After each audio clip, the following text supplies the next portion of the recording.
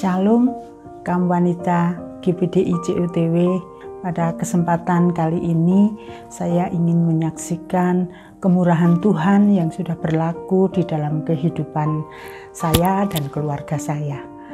Pada masa COVID melanda Indonesia, saya mengalami 2 kali terserang COVID. Yang pertama, waktu itu saya dinyatakan OTG.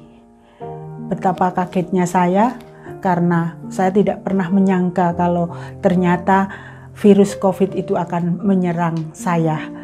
Ketika diadakan pemeriksaan di kantor, dari sekian banyak orang itu hanya 3 orang yang terserang dan salah satunya adalah saya. Tetapi saya sama sekali tidak merasakan gejala-gejala apapun. Itu sebabnya saya dinyatakan sebagai penderita COVID tetapi OTG, orang tanpa gejala. Dan saya tidak merasa sakit apapun, tetapi yang saya rasakan justru sanksi sosialnya yang begitu berat menimpa kami sekeluarga. Karena apa? Otomatis ketika kita kena COVID, maka satu keluarga harus mengikuti aturan untuk isolasi mandiri, ya. Dan waktu itu masih 2 minggu harus mengikuti isolasi. Sanksi sosialnya itu adalah tetangga-tetangga langsung menjauhi kami, ya. Sampai depan rumah kami itu menjadi sepi karena motor pun nggak berani lewat depan rumah saya. Nah, saudara, banyak sekali yang menguatkan saya lewat HP. Katanya harus makan ini, harus minum ini, harus mengkonsumsi ini. Tapi saudara tahu bahwa itu membebani saya karena apa? Karena mereka hanya bicara saja. Harus makan telur, harus makan ini, harus makan ini. Sedangkan kami tidak bisa keluar untuk berbelanja. Akhirnya saya berembuk dengan suami saya. Akhirnya suami saya nekat, ya. Dia belanja keluar rumah tapi jauh, tidak di Temanggung, ya. Dia belanjanya di daerah Keranggan. Karena di daerah Keranggan nggak ada yang mengenalnya sehingga dia bisa berbelanja dan kami bisa tetap makan.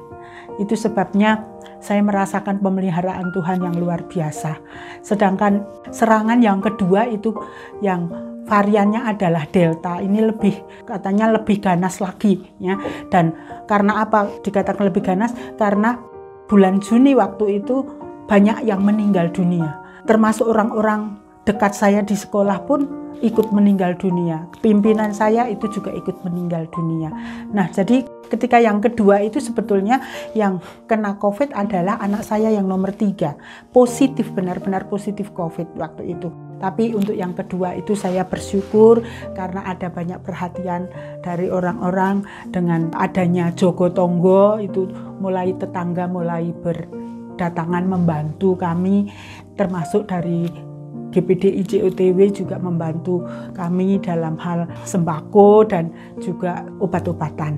Itu sebabnya saya bersyukur Tuhan menolong saya karena keluarga saya bisa terjaga dari sakit COVID yang Tuhan sudah izinkan untuk kami alami, tetapi kami boleh dipelihara baik dalam hal kebutuhan makan, obat-obatan, bahkan dibantu dari pemerintah itu dari Babinsa itu mengirimkan obat-obatan dan juga sembako.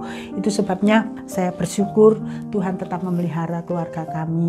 Walaupun kami diizinkan sakit, tapi Tuhan memberikan kesembuhan yang sempurna.